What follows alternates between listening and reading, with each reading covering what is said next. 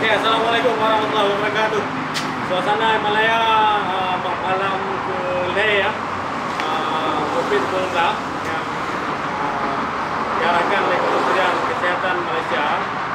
Jadi lagi untuk keadaan di Malaysia untuk malam kejadiannya dan untuk orang selanjutnya, Facebook dan subscribe, di layar besar dan untuk biar yang aja terus pengetahuan strategi perkara virus di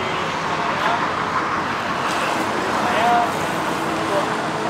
untuk yang kamu nanti lagi apa keadaan suasana di Malaysia.